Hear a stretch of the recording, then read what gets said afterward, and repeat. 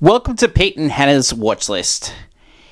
I'm your host, Pete Mitchell, and we're here today for We Interrupt Regular Programming, our TV podcast.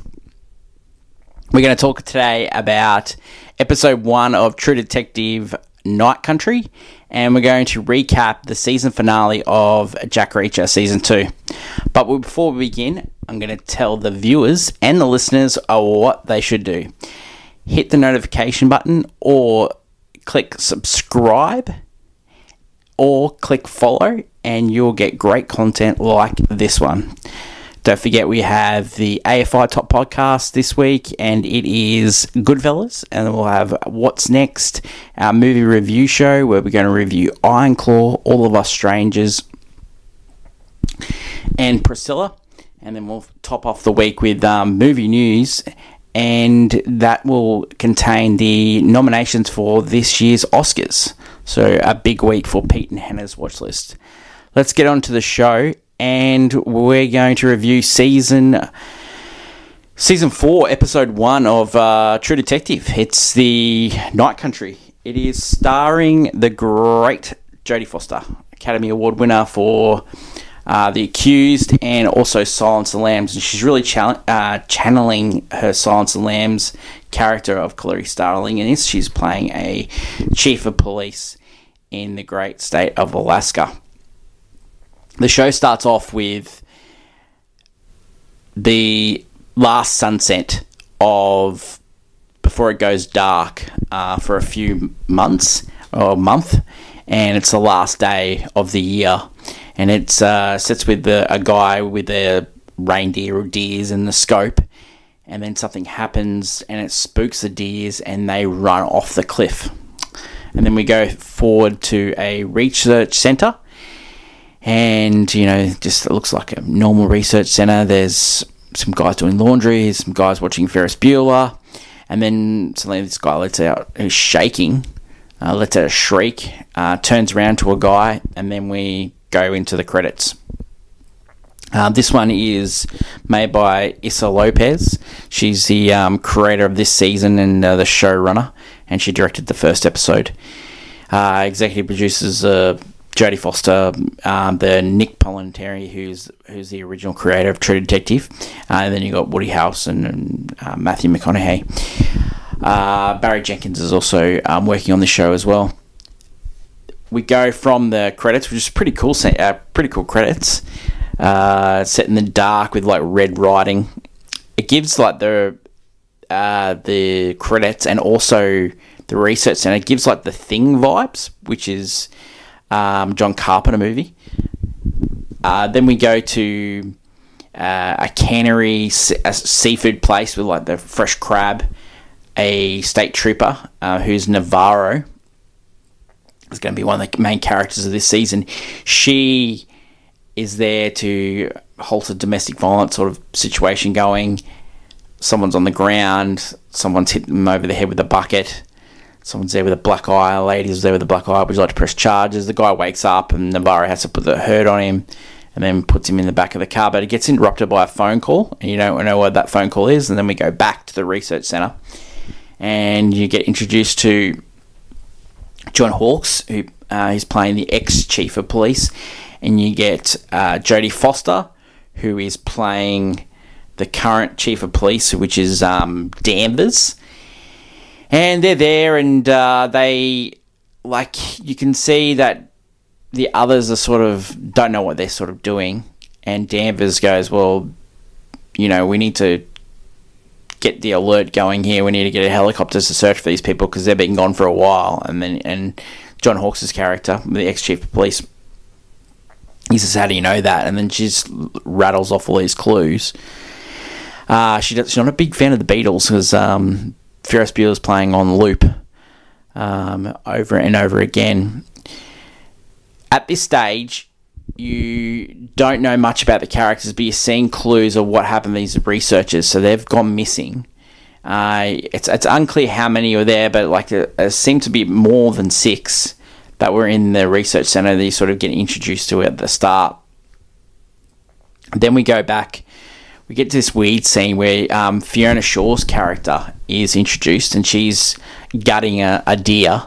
and then someone spooks her, and she turns around, and I think she calls the character Travis, and then we go back to Navarro and Danvers are finally meeting, and they're in the police, and they're talking about a cold case, and Danvers is giving Navarro crap because she's a state trooper. She's not a part of the Alaskan police anymore.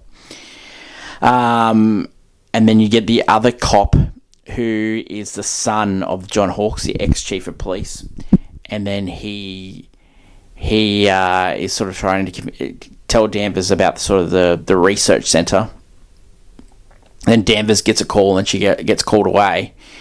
She goes to a place where she's getting yelled at by, looks like another mum, and then there's a girl in her car, and it turns out that they're making a sex video, the two girls, and so Danvers is yelling at this girl to say, all these things can happen, and while that's happened, they get into a car accident where someone nearly sideswipes them and runs into a pole, and then you see Danvers as a sort of a cop at that stage, and you see she's well indoctrinated in the town, because she's not like a local. She seems to be from Minnesota, because she's wearing a Vikings top, and at that time she gets a flashback, and you only see sort of a glimpse of that flashback. Fast forward, you go back to the young cop, who is John Hawkes' son, and Danvers is calling him, and he's sort of sleeping with his sort of partner, who's got a kid. The kid's drawn a picture of this blue person. Turns out it's like a mythical story that the grandmother tells the kid. And Danvers gets the young cop to go to his father's house and get files that the father's taken from the cold case. And Navarro is really hitting home that this cold case is still important, and that was her last case before she went to the state troopers. Danvers then explains to the young cop about the cold case and how Navarro was sort of triggered by this case, as it was a young woman who was protesting a mine, and she was stabbed 32 times. And Navarro was the one that found her in a shipping container. Navarro at this stage, while Danvers is explaining this cold case, is at the husband of the lady that got stabbed 32 times. And he was saying that they were having a tough year because he worked in the mines and she was dead against it, and she was protesting the mines. So you've got that sort of... So you've got the researchers, they're missing. You've got this cold case. You've got sort of underlying tensions between the cops. You've got underlying tensions between Navarro. So this is what this episode's all about, setting up. Interspersed with this is Fiona Shaw's character still walking towards something we don't know. She's just following this Travis guy who is not wearing any like warm clothes. And when this is in Alaska, it's at night, which is cold, snowing, Arctic temperatures. So you go, oh, that's weird. And then you go back to Danvers, and she having run-ins with John Hawkes. She's having run-ins with Navarro. She goes back to her house, puts all the photos from the cold case. She sees a photo on the cold case from a jacket that the cold case had. She puts all the photos of the research centre, and then one of the men that worked in the research centre has exactly the same jacket as the cold case. So you see the first link between the two cases. Now this episode, it's got the sort of the hallmarks of a true detective. It's got the mystery. It's got a death. It's got a detective at the centre of it, which is Jodie Foster's character. But it's gone back to the first season where you've got two detectives working together. You also have sort of like mystic forces. So there was like sort of mystic forces in the first True Detective, and so they've gone back to form here. So Navarro is driving through the town after the person that she arrested at the start for domestic violence, she sees him out and about. She pours like balers in his tank. So she's sort of like a loose cannon. She was ex-military. And there's a scene where she's sort of sleeping with this guy, and she sort of sees like a spirit of a flashback of her time in the military, and the guy's got half his face like blown off, and she's talking to this guy. So that was a flashback at the same time. So all these things are happening. So you're seeing that mystic sort of like showing that there's more to this story. So she's driving, and then suddenly she stops the car, and it's a polar bear, and the polar bear's got no eye. So that's the last time you see Navarro. You go back to Fiona Shaw's character. This guy, so Travis, is doing sort of this like native dance and just artistic sort of interpretation, and then is pointing to this thing. He goes back to Danvers. She's going to the research centre. She's trying to follow up this one sort of jacket, and then she says she sees someone, and it's Navarro. So they're sort of having it out, and then you find out that Danvers, when she got to town, she had nothing to do with the cold case. It was John Hawkes was sort of the chief of police at the time, and Navarro, she had to convince to transfer to state troopers because she was ruffling the wrong feathers. So it's sort of like a undercurrent of corruption. And there's an undercurrent of what did John Hawkes do to lose his job. You've got the undercurrent of what Jodie Foster's character is about, where something happened, like a crash happened, and she's looking after this child that's not hers, and it's either like a niece or it's a stepchild. It's got the same last name as her in IMDb, so it could be a stepchild, or it could be a niece. And then Danvers gets a call.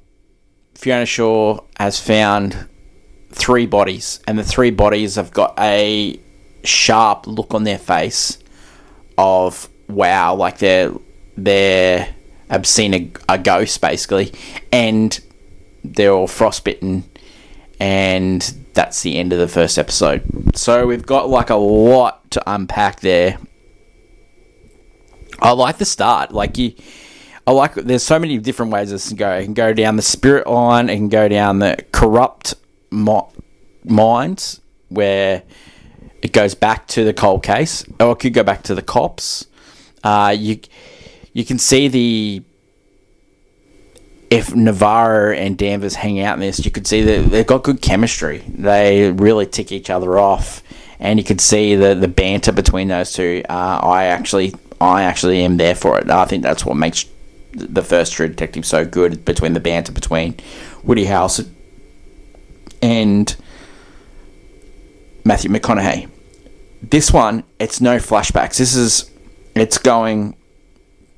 You're seeing the story at the time, and the flashbacks are things that have happened in the past to Danvers and Navarro and to other people in the town. So yeah, like it does give the Thing vibes. When you got the Alaskan, you got the cold, you got the research center. It does give vibes of True Detective season 1. So yeah, I'm there for it. I like where it's going, and I'm looking forward to episode 2. Let's talk about Jack Reacher, season finale of season 2, where we left off last week. It was the Jack Reacher team was getting caught by Robert Patrick, the big bad of season 2, and Reacher's got handcuffed. You can see that they're going to get thrown out of the helicopter just like all the others. Reacher's there, and he starts taking people down with both his hands behind his back. So this just goes back to great Reacher. Neely's in the outside. She's got like a sniper rifle, and she's like counting how many people are outside. So she's taking down sort of people. She's also called the connection that Reacher has, the congressman Well, it might be a senator. I think it's a senator. So she's getting a sort of like a team to come and help them, but Reach is just taking names, and and then finally Reach gets put down again, and then so he's in a chair this time, and then Robert Patrick is like saying that, you know, if you don't give me the information that I need, I'm going to kill. He's offsider. He shoots him in the leg, and then he tells the guy to take the bullet out because he doesn't want any evidence when they throw them off the helicopter. Robert Patrick sort of turns his back, and then Reacher breaks through from the chair, and Neely comes in and starts shooting people. Reacher's shooting people, and they're just taking people down. The other two are getting moved into a helicopter with Robert Patrick. Reacher chases them out of the hangar and then hangs onto the helicopter. And then you get one of the best scenes of Reacher Season 2. Reacher's getting into the helicopter. The other two are getting thrown out of the helicopter. Reacher's grabbing them, throwing them back in. He's fighting two guys. He's fighting Robert Patrick. He's fighting the offsider. He's there trying to push the other people out of the helicopter at the same time. Reacher's grabbing them. It is just an amazing sort of set of events. And then, you know, look, I'm going to give spoilers when it comes to this, because if you're watching these episodes, you've probably watched them already. It's not like the movie reviews that we do. But spoiler, you got Reach just throwing people out of helicopters, just doesn't care anymore. They killed his friends. He orders the pilot to land at where the drop-off was for the missile. So you've got the missile, and then he's waiting for the buyer to come, and the buyer turns out to be the guy that's going around killing people, this assassin dude. And Reacher puts him down, and then he tells the helicopter guy and sort of the doctor that was going to authenticate the missiles to get into the helicopter. Nearly pulls out a missile, and the helicopter's going away, and then shoots him down.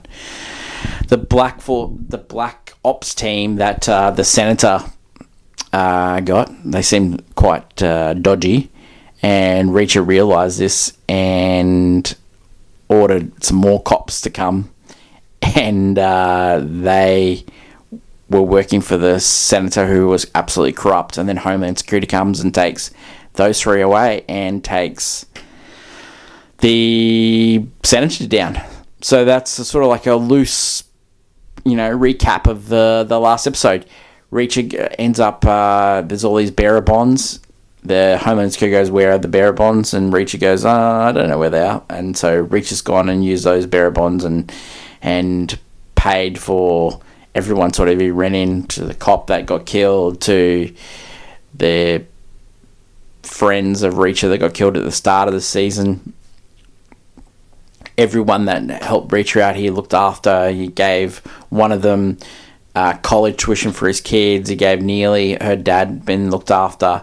He gave his sort of love interest in this episode a new business. And then Reacher bought himself a bus ticket, and that's how it ends. Like, the last episode showed great Reacher form, where it's just Reacher just using his absolute mountain monster strength and just killing people.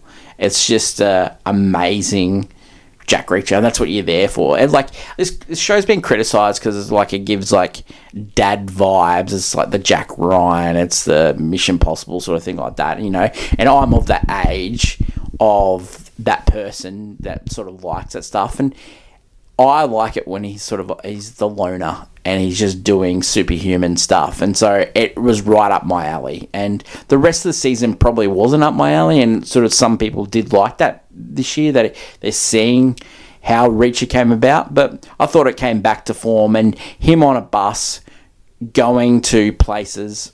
He sort of looked after everyone. He sort of closed the door, and the only person he's sort of like he's going to have contact with is Neely. And Neely said, "You got to contact me more than just when you need help." And so it seems like he's on a bus. He's got a bus ticket, and now he looks like he's a lot happier now. So that is the end of Jack Reacher. I really hope they do go down this track of taking, going to town and finding out, crooks and then just taking him down. There's so many books like that. There's so many Jack Reacher books. I think it's like over 20 books. So hopefully that they play into that a lot more in season 3. Interesting to see what story they do pick up on, because they skipped 11 books in this season. So it'd be interesting to see what book they do next, because we're getting season 3 probably at the end of this year on Amazon as well. So that's the end of our show today.